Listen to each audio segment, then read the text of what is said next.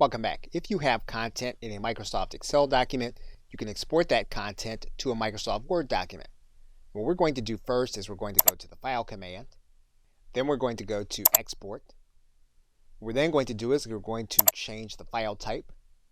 And what we're going to do is we're going to change the file type to a TXT file. Once we do that, we're then going to click the Save As button. And then we will save the TXT file. We'll then close out of Microsoft Excel.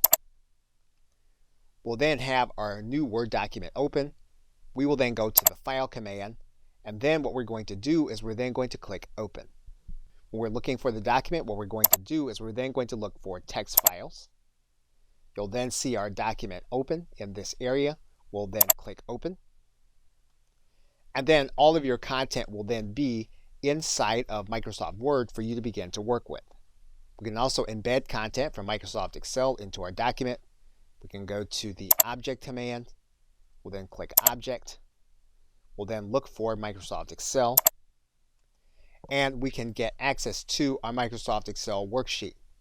The other thing we can do is we can click the Create from File area.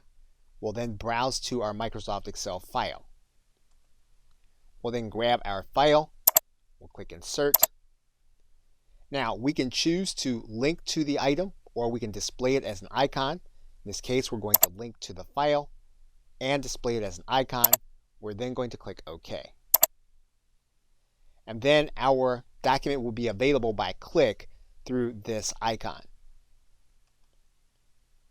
Okay, so with that, thanks, and I will see you in another video.